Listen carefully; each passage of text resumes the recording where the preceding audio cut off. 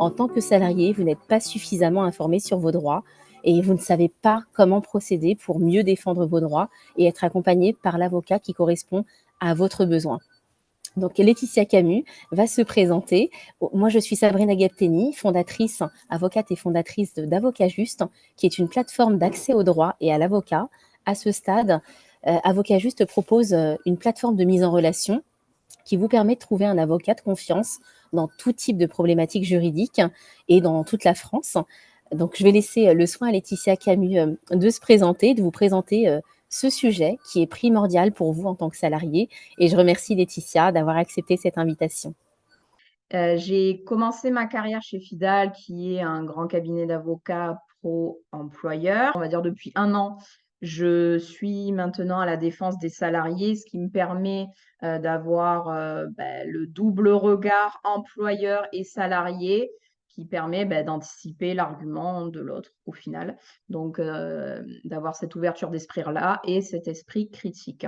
Donc, j'interviens à la fois sur tous les sujets qui touchent au droit du travail, donc là, en l'occurrence, licenciement pour faute grave, mais aussi tout ce qui concerne le droit de la protection sociale, à savoir, typiquement, ce qui pourrait vous concerner. Que se passe-t-il quand vous êtes victime d'un accident du travail? Comment on fait pour le déclarer? Comment on fait pour le contester? Comment on fait pour voir reconnaître la responsabilité de l'employeur?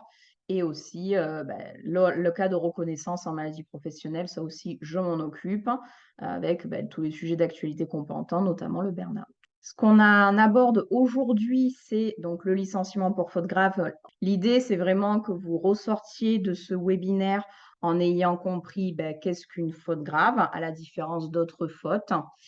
Et aussi, donc, quelles sont les conséquences, les prescriptions applicables et enfin, comme promis, les 5 réflexes à adopter pour bien le contester et les modes de preuve à collecter et avancer pour obtenir gain de cause.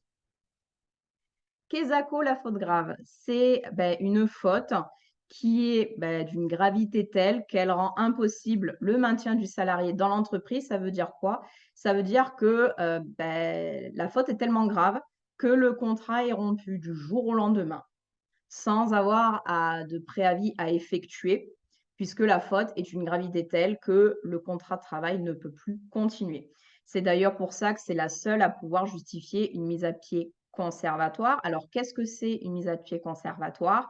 C'est une mesure de suspension du contrat de travail. Donc, on vous écarte clairement, sans rémunération, dans l'attente de la procédure de licenciement pour faute grave menée à son terme. Sachant que si, à la fin, l'employeur reconnaît, donc après l'entretien préalable, qu'il n'y a pas eu de faute grave et que la faute est moindre que ce qu'il pensait, à ce moment-là, il peut prononcer une autre mesure et dans ce cas-là, la mise à pied conservatoire peut soit se transformer en mise à pied disciplinaire, qui là est une sanction en tant que telle, à la différence de la mise à pied conservatoire, ou alors s'il prononce donc un licenciement pour faute simple, on y reviendra, votre période de mise à pied sera rémunérée. La faute, c'est il faut un fait réel. Voilà, par exemple, une absence injustifiée, une absence de vous quittez l'entreprise, vous êtes absent, vous ne venez pas au travail sans raison. Donc un fait réel, un fait précis, concret et vérifiable. Voilà, donc généralement, c'est là où, il y a des dates précises qui doivent apparaître, dans la lettre de licenciement notamment. À défaut, on ne peut pas vous sanctionner s'il n'y a pas de fait précis, si c'est suffisamment flou. On y reviendra sur les motifs, précis du licenciement. Et également, le plus important, un fait qui vous est imputable. Un fait qui vous est personnellement imputable. Vous ne pouvez pas concrètement vous faire licencier pour faute grave, pour une faute qu'aurait fait votre collègue ou un proche. Voilà, c'est concrètement ce que ça veut dire. Et pourquoi donc je fais aussi la distinction tout à l'heure entre la faute simple et la faute grave, c'est que la faute simple, en fait, c'est certes une faute qui ne rend pas impossible, en fait, votre maintien dans l'entreprise. Donc là, le préavis peut s'exécuter. il y a une conséquence, donc il y a une conséquence pécuniaire, on y reviendra, entre les 2 types de fautes. La seule différence entre la faute simple et la faute grave, bah, c'est le degré de gravité, tout simplement. La faute grave, c'est pas ça peut ne pas être qu'une seule faute, ça peut être une série de fautes qui, bah, dans son ensemble, est tellement grave que, bah, ça peut rompre le contrat de travail du jour au lendemain. On a donc des éléments qui permettent d'apprécier la faute grave, donc qui peuvent être soit des circonstances atténuantes ou des circonstances aggravantes. Donc ça peut être votre situation personnelle, soit votre état de santé physique ou mental ou vos difficultés personnelles qui peut jouer en votre faveur et qui peut atténuer la notion de faute grave. Par exemple, bah, c'est vrai qu'il a été jugé que si un salarié qui insulte son employeur, alors certes, effectivement, ça c'est une faute, ça peut valoir faute grave, mais c'est atténué si, dans le cont on a un contexte d'un salarié qui est triste parce que, il doit faire un deuil, le deuil de son demi-frère et que en l'occurrence, son employeur lui reprochait d'avoir pris ses absences pour se rendre à ses obsèques, voilà. C'est pour ça qu'en fait, tout le contexte est très important pour, atténuer en fait, les faits qui vous sont reprochés. Le contexte est vraiment important, surtout quand on va devant un conseil de prud'homme qui sont pas des magistrats professionnels et qui peuvent juger, on va dire, sur le terrain, en fait, qui ont la connaissance du terrain.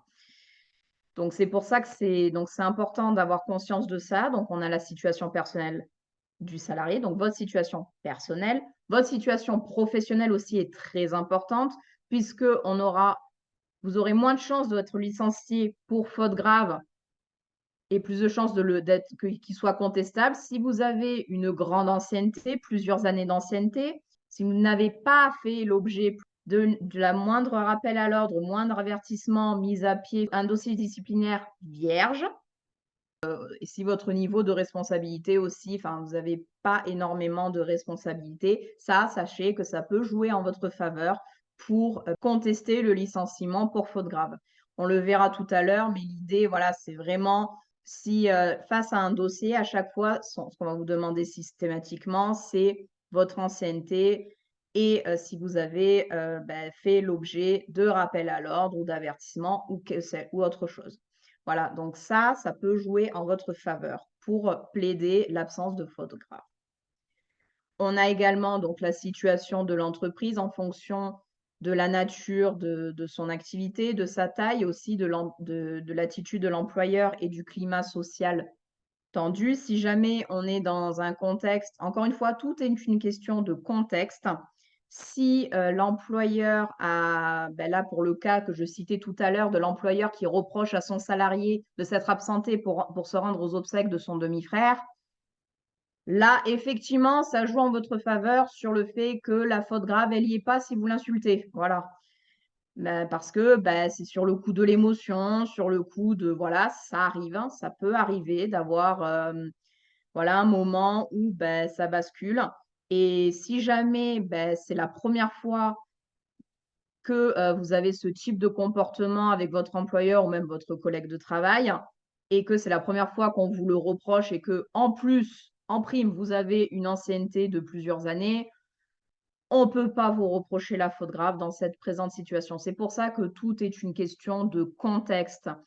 Enfin, j'ai eu le cas d'un salarié qui insultait son collègue de travail parce qu'on était dans un contexte spécifique de Covid. Donc, il y a eu un licenciement pour faute grave, mais parce que il y avait plus de 10 ans d'ancienneté, parce que parce qu'il y avait les circonstances particulières du Covid, parce qu'il était entouré de proches qui étaient des personnes fragiles, vulnérables, qui étaient susceptibles de contracter le Covid en 2020. Voilà. Encore une fois, tout est une question de contexte pour qualifier l'absence de faute grave. On a également donc des circonstances aggravantes. Donc, si jamais, par exemple, il y a un vol dans l'entreprise, voilà, un vol, le vol d'une voiture, voilà, par exemple, on travaille dans une concession, on vole une voiture, peu importe la voiture, mais ça cause un préjudice à l'entreprise parce que la voiture est à elle et que il pourra plus la revendre et que du coup, il va perdre du chiffre d'affaires et ça lui engendrera des frais aussi. Si également il y a des témoignages, il y a des personnes qui vous ont vu adopter un comportement, fautif, là aussi ça renforce, la gravité en fait de la faute. Donc on vous a cité quelques exemples de fautes graves. Là, en fait, c'était pour, bien vous faire comprendre ça, les exemples qu'on va vous citer donc dans cette slide et dans la suivante, non seulement c'est des exemples de fautes graves typiques, mais c'est des fautes qui sont nécessairement graves, c'est-à-dire peu importe l'ancienneté, le passé disciplinaire et cetera, il y a des types de fautes, voilà. On va dire dans la jurisprudence de la Cour de cassation, ces faits-là, ils sont nécessairement fautifs. Peu importe l'ancienneté que vous avez, c'est une ligne rouge à ne pas franchir. On a les propos racistes et antisémites, ça s'explique, ça se comprend. On a le vol dont je vous parlais tout à l'heure. Alors, les juges risquent d'être plus cléments si c'est le vol d'un paquet de bonbons, mais par exemple, si c'est le vol d'une voiture ou piqué dans la caisse, typiquement, là, tout est une question d'appréciation, mais le vol même, en soi, il peut constituer nécessairement une faute grave. On a aussi le cas de fraude et de malversation. On a également tout ce qui est violence physique et morale, tous les cas d'harcèlement moral, harcèlement sexuel et agissement sexiste. Et généralement, si l'employeur fait bien son travail, quand on lui signale un fait de harcèlement moral, sexuel ou agissement sexiste, il déclenche une enquête, c'est-à-dire qu'il interroge tout l'entourage dans l'entreprise, toutes les personnes concernées et généralement, donc, vous êtes inclus dans cette enquête. Pour ces faits-là, nécessairement, donc, ça vaut faute grave. Un management brutal constitue faute grave parce qu'on est dans le cas du harcèlement moral. Focus sur l'absence injustifiée, c'est vraiment pour attirer votre attention sur le fait que oui, ça vaut une faute grave. Si c'est une absence injustifiée de 1 jour, là, il n'y a pas faute grave. Mais par exemple, si typiquement abandon de poste, vous ne revenez plus dans l'entreprise, là, l'employeur, ça vaut faute grave, mais il peut appliquer une autre procédure qui est beaucoup plus violente pour vous, c'est-à-dire la présomption de démission. C'est-à-dire, il vous adresse un courrier qui vous met en demeure de justifier vos absences et si au bout de 15 jours, vous ne justifiez rien, le contrat, il est rompu après, le préavis. Et là où je vous dis c'est beaucoup plus dangereux, c'est que dans ce cas précis, le chômage, c'est fini.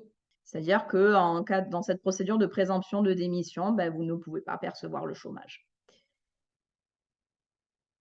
Donc les conséquences du licenciement, compte tenu de sa définition, il doit être rapide, tant au moment de la découverte des faits que dans le prononcé du licenciement après entretien préalable.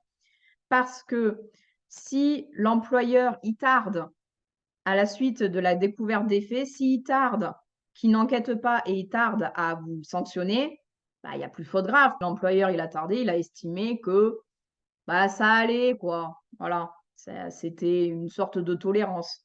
Donc si l'employeur il tarde trop, votre licenciement, il perd de sa gravité. Et ça, notamment, on a très récemment la Cour de cassation qui l'a jugé le 20 mars dernier, donc 2024. Il a jugé qu'un délai de 25 jours entre la connaissance des faits et l'engagement de la procédure de licenciement est considéré comme excessive. Et du coup, le licenciement pour faute grave, il est dénué de cause réelle et sérieuse parce que l'employeur, il a trop tardé et qu'il n'avait aucune raison pour tarder autant. Donc ça, c'est avant d'engager la procédure de licenciement. Également, donc l'employeur, il a un délai d'1 mois après l'entretien préalable pour sanctionner, pour vous sanctionner, pour vous notifier votre licenciement pour faute grave.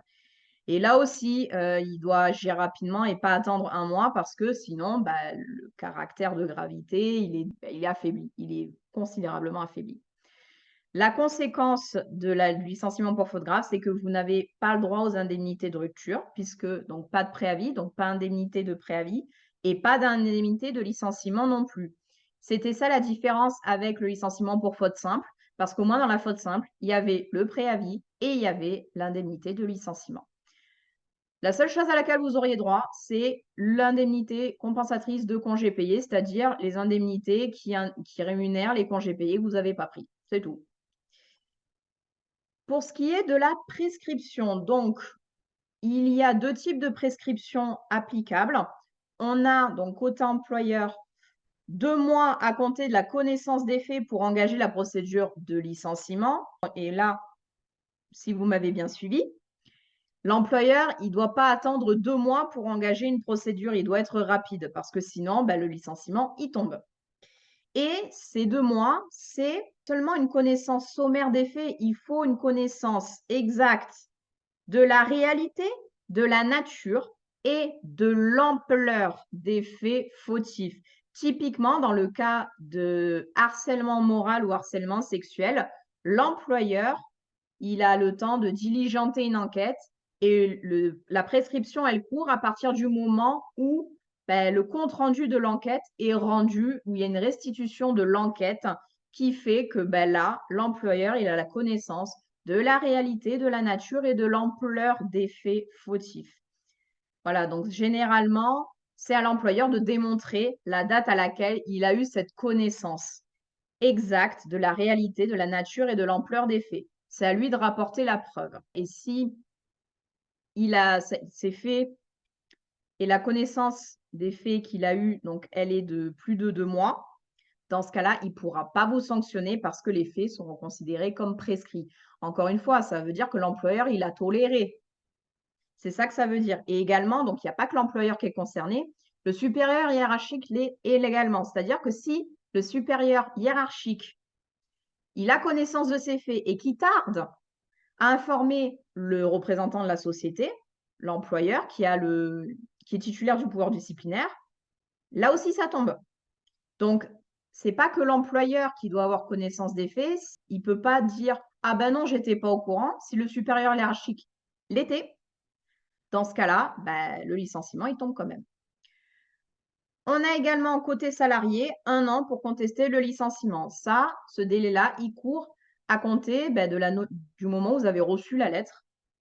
Et également, si jamais vous souhaitez, si les faits sont imprécis et que vous souhaitez demander des explications, le délai d'1 an, il court à compter du moment où l'employeur vous a apporté une réponse ou alors à l'expiration de délai de 15 jours auquel il devait vous répondre. Maintenant, quels sont les réflexes à adopter pour contester le licenciement de manière claire, de manière précise et de manière efficace? Déjà, premier réflexe, lire attentivement la convocation. Pourquoi? Parce que normalement, dans une convocation entretien préalable, il y a l'objet de l'entretien, où généralement, on précise déjà la nature de la sanction, sanction disciplinaire pouvant aller jusqu'au licenciement pour faute grave. Donc ça, généralement, c'est dans l'objet de l'entretien. Et si également on précise que c'est uniquement un entretien préalable à sanction disciplinaire et que la faute grave, elle n'y est pas, là, il y a moyen de contester aussi, puisque l'employeur, s'il ne met pas cette précision-là, il ne peut pas vous licencier pour faute grave. Également, précision importante, la date, l'heure et le lieu de l'entretien. Pourquoi la date est importante? Parce qu'il y a quand même un délai de 5 jours entre le moment où vous recevez la convocation et la date de l'entretien. C'est un délai de 5 jours ouvrables pour vous permettre de vous défendre. Et à défaut de ce respect du délai de 5 jours, il y a irrégularité de procédure qu'on contestera en cas de saisine du Conseil de prud'homme. Également, la possibilité de vous faire assister. Ça, ce sont des mentions qui doivent apparaître lors de l'entretien préalable, lors de la convocation de l'entretien préalable, parce que sinon, encore une fois, ça vaut irrégularité de procédure, qu'on se garde bien de dire et qu'on ressortira au moment du contentieux. Sachez que donc ça diffère, la possibilité de vous faire assister, Ça diffère selon si vous avez un comité social économique, donc des représentants du personnel dans votre entreprise, ou s'il n'y en a pas. Si vous en avez, donc vous pouvez faire appel à eux ou alors à un collègue de travail. Si vous n'avez pas de représentant du personnel dans votre entreprise, à ce moment-là, vous pouvez faire appel à un conseiller du salarié et généralement, et c'est obligatoire, l'adresse où vous pouvez accéder à cette liste, elle est présente dans la convocation entretien préalable. C'est l'adresse de l'inspection du travail compétente et l'adresse de la mairie de votre domicile. C'est-à-dire qu'à la mairie de votre domicile, vous pouvez consulter la liste la liste des conseillers du salarié présents dans le département, à condition, précision importante, si votre domicile est dans le même département que l'entreprise. Si tel n'est pas le cas, par exemple, que vous habitez, dans mon cas, si vous habitez dans le Gard et que vous travaillez dans l'Hérault, à ce moment-là, la convocation mentionnera l'adresse de la mairie du siège de la société. Par exemple, la mairie de Montpellier, si vous travaillez à Montpellier. Le point numéro 2, il faut bien préparer son entretien préalable et y aller. C'est important parce que vous saurez qu'est-ce qu'on vous reproche et vous pourrez vous défendre. Et ça va également avec l'étape numéro 3 qui est vous faire assister, donc ça va ensemble. Pourquoi? Parce que il y aura un témoin, donc ça peut être un membre du CSE, s'il y a des représentants du personnel, conseiller du salarié s'il n'y en a pas, ou alors un collègue de travail. Non seulement il faut y aller, mais il ne faut pas y aller seul, il faut y aller avec quelqu'un, nécessairement. Si le conseiller du salarié n'est pas présent ou qui ne peut pas se rendre disponible, il faut venir avec un collègue de travail. Voilà, ça, c'est dans l'hypothèse où, si vous m'avez bien suivi, il n'y a pas de représentant du personnel dans votre entreprise. S'il y en a, eh ben, c'est bien de se rapprocher. Je vous recommande fortement de vous rapprocher des représentants du personnel pour trouver un membre qui serait disponible pour vous assister. Donc, pour la préparation de l'entretien, c'est quoi? Il faut vérifier votre passé disciplinaire, notamment ressortir vos comptes rendus d'entretien et annuels d'évaluation. C'est important. Les remarques qui peuvent être présentes dans l'entretien annuel d'évaluation peuvent constituer des rappels à l'ordre. Donc, c'est important de le savoir. Et au contraire, si dans les entretiens annuels d'évaluation, on n'arrêtait pas de vous féliciter, on n'arrêtait pas de vous dire que vous faisiez les choses bien, que vous étiez un bon élément, ça, vous pouvez le faire valoir. Et également, vérifier si il n'y a pas eu d'avertissement, pas eu de courriel de rappel à l'ordre pour vraiment vous dire non, je n'ai rien à me reprocher, je suis clean. Et ça permet de vous défendre au mieux lors de l'entretien préalable. Et aussi, s'il y a un moyen d'enquêter, pour savoir qu'est-ce qu'on vous reproche, donc de vous souvenir ces derniers mois, qu'est-ce que vous avez fait, qu'est-ce qui s'est passé qui fait que qu'est-ce qu'on pourrait vous reprocher. Donc ça, c'est important de mener sa petite enquête aussi pour voir, pour préparer son entretien préalable au mieux. Autre réflexe très important, c'est écouter attentivement les griefs qui vous sont reprochés, les fautes qui vous sont reprochées lors de l'entretien préalable, quitte à reformuler et à poser des questions, et aussi et surtout rédiger ou faire rédiger un compte-rendu d'entretien préalable signé. Généralement, ce qui est important de faire, c'est de faire rédiger ce compte-rendu préalable, d'entretien préalable, par la personne qui est témoin, soit votre collègue de travail, encore mieux conseiller du salarié, ou encore mieux, membre du comité social et économique.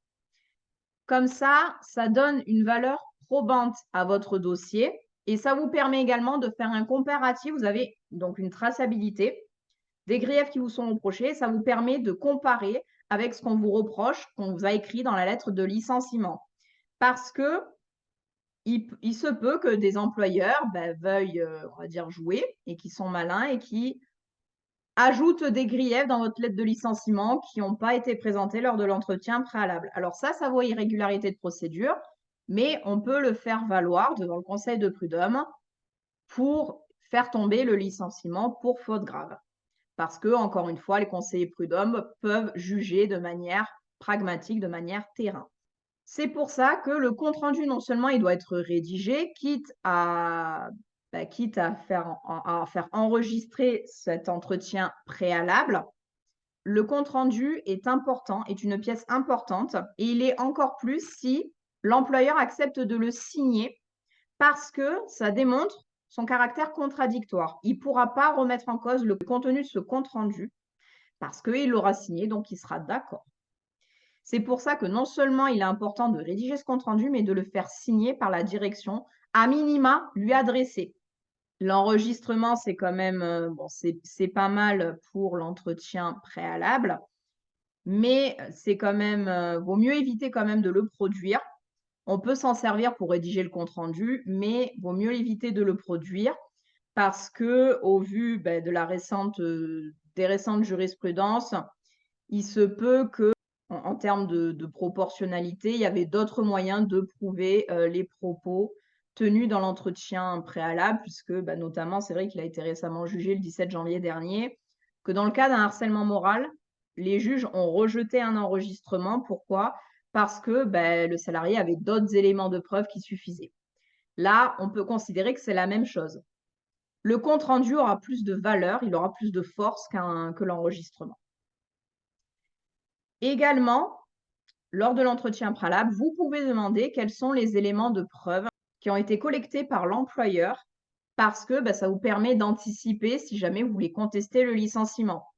Votre employeur, il n'est pas obligé de vous produire ces éléments lors de l'entretien préalable, mais c'est quand même important de demander quels sont les éléments de preuve que l'employeur il a. Et s'il ne répond pas, on le trace dans le compte-rendu d'entretien préalable et on peut s'en servir pour contester la bonne foi de l'employeur. Enfin, dernier réflexe, contester les faits à l'écrit, c'est-à-dire au moment où vous allez recevoir votre lettre de licenciement, c'est important de bien l'analyser par rapport au compte-rendu d'entretien préalable, ça je vous l'ai dit, mais aussi de contester à l'écrit les faits parce que ça va vous servir en cas de contentieux, parce que vous auriez votre ligne directrice de dire je conteste les faits, je n'ai de cesse de contester les faits. Depuis l'entretien préalable, je conteste. Parce que oui, alors ça, c'est vrai que je voulais pas préciser, mais ça allait de soi, mais même lors de l'entretien préalable, il faut le contester direct. Dès l'entretien préalable, on conteste tout. Sauf s'il y a vraiment des preuves irréfutables qui fait que la faute était réelle. Mais s'il y a le moindre doute, on conteste. Et c'est dans ce moment-là où, quand on conteste les faits à l'écrit, vous pouvez faire appel à nous, avocats. Parce que on vous aidera à la rédiger, cette lettre de contestation de licenciement. Et également, si les motifs du licenciement, les griefs, ils ne sont pas suffisamment précis, qu'il n'y a pas de date, qu'il n'y a pas d'exemple, qu'on vous reproche quelque chose de vague, à ce moment-là, il y a une procédure qui est mise en place où vous avez 15 jours à compter de la réception de la lettre de licenciement pour demander des précisions. Et c'est important de le faire parce que si jamais vous faites cette démarche de demander des précisions et que l'employeur ne répond pas, dans ce cas-là, le licenciement est nécessairement sans cause réelle et sérieuse pour imprécision de motifs. Parce que dans la lettre de licenciement, les motifs doivent être précis, concrets et vérifiables. Ça, c'est en écho à ce que je vous ai dit dès le départ. Tout se rejoint, tout se regroupe. Faire cette procédure de demande de précision des griefs si jamais on considère que les motifs ils sont imprécis. Sachant que l'employeur, il n'a pas le droit, si jamais il vous répond, il n'a pas le droit de vous rajouter des nouveaux griefs. Là, ça vaudra irrégularité de procédure également. Ces faits, les nouveaux griefs-là, ils seront écartés parce qu'il n'a pas le droit de rajouter des nouveaux griefs. Voilà, c'est pour toutes ces raisons que il est important de faire appel à nous. Comme ça, on analyse la situation et on vous aide à rédiger de manière claire la contestation du licenciement ou la lettre de demande de précision des motifs. Quels sont les éléments de preuve à avancer? Alors, sachez que dans le cas précis du licenciement pour faute grave, ce n'est pas à vous de rapporter la preuve qu'il n'y a pas eu de faute grave. C'est à l'employeur qu'il incombe d'apporter la preuve de la réalité des griefs, de son imputation à vous, c'est-à-dire que c'est vous qui avez commis la faute, donc il doit rapporter la preuve de la faute, mais de l'imputation au salarié, donc à vous, et il doit également en démontrer la gravité. Et si jamais il y a une case qui manque, le licenciement, il tombe. Le licenciement pour faute grave, il tombe. Donc, il a ces 3 points à démontrer, votre employeur. Et nous, de votre côté, encore une fois, devant le conseil de prud'homme qui juge pratique, il est quand même important de bien vous faire valoir, d'apporter un minimum de preuves. On y reviendra parce qu'il y a également une précision très importante, c'est que la preuve est libre à la fois pour vous, mais aussi pour votre employeur. Et c'est là où je faisais un petit point d'attention sur la preuve déloyale qui peut être contestée si jamais votre employeur, il a lui-même fait un enregistrement des faits qui vous incombent et qui vous imputent, et on peut le contester devant le conseil de prud'homme en faisant valoir que ce n'était pas proportionné, qu'il avait d'autres moyens de preuve qu'il aurait pu avancer. C'est pour ça qu'il est important de faire attention. Alors certes, c'est vrai qu'il y a une souplesse par rapport à la preuve déloyale depuis décembre dernier, parce que la preuve maintenant déloyale peut être admissible à condition qu'elle soit strictement nécessaire à l'exercice des droits de la défense et qu'elle soit proportionnée au but recherché. C'est-à-dire, en gros, qu'il n'y ait que ce mode de preuve, qu'il n'y ait que cette preuve-là pour démontrer le fait. C'est tout. Si jamais il y a un autre mode de preuve, par exemple tout à l'heure ma situation de harcèlement, s'il y a d'autres éléments de preuve à côté, l'enregistrement, il n'est pas valable. Donc enfin, c'était mon dernier point. Quel mode de preuve avancer pour se donner une bonne image et contester son licenciement? C'est, comme je vous ai dit, montrer votre exemplarité. Montrer que vous avez un passé disciplinaire vierge, que vous avez une belle ancienneté si vous en avez une, de quelques années, que lors de vos entretiens annuels d'évaluation, vous étiez félicité pour votre travail. Si vos collègues peuvent attester que vous étiez quelqu'un de génial, que vous étiez compétent, que vous étiez professionnel, donc attestation soit de vos collègues de travail ou anciens collègues de travail qui ont quitté la société, ou alors de vos précédents emplois aussi. Vraiment un maximum d'éléments qui vous permet de démontrer votre bonne image auprès du conseil de prud'homme. Également, si vous avez fait l'objet de primes exceptionnelles parce que vous travaillez bien, de revalorisation salariale parce que vous travaillez bien, vraiment, l'idée est de démontrer votre exemplarité. Également, si au cours de la procédure, votre employeur, cette fois-ci, il avance quelques éléments de preuve, il est quand même important aussi de chercher des éléments qui fait que votre employeur a tort et que ces faits, ils sont faux, que les preuves, elles sont pas bonnes, elles sont contredites par vos propres preuves à vous. Parce que certes, l'employeur, sur le papier, c'est lui qui a la charge de la preuve, mais les juges, surtout les conseillers prud'hommes, ils jugent l'entièreté du dossier, c'est-à-dire à la fois les éléments avancés par l'employeur, mais vos éléments à vous aussi. Et c'est pour ça que pour bien contester un licenciement, il ne faut pas se contenter d'attendre que l'employeur avance ses preuves.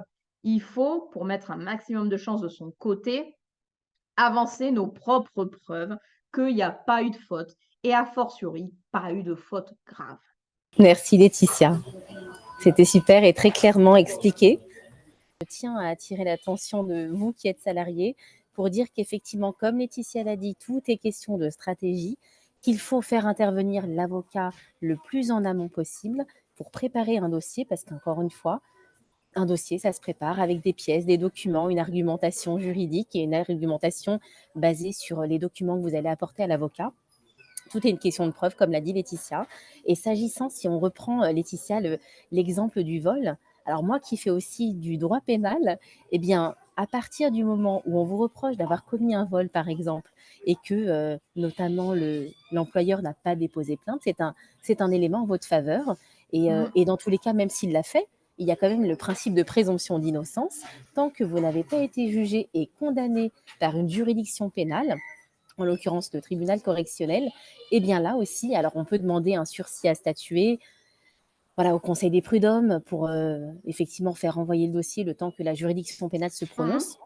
pour autant, voilà, tout est stratégique et l'avocat est votre meilleur allié pour soit demander le report de l'audience, soit, stratégiquement parlant, demander à ce que le dossier soit jugé et ce qui est tout à fait possible même, en l'occurrence, sans attendre, le jugement, correctionnel qui peut, tout ça peut être à votre avantage et c'est toute une stratégie à laquelle il faut penser avec, l'avocat qui est votre allié et je vous invite à contacter Laetitia qui intervient dans toute la France si vous avez ce type de problématique en tant que salarié.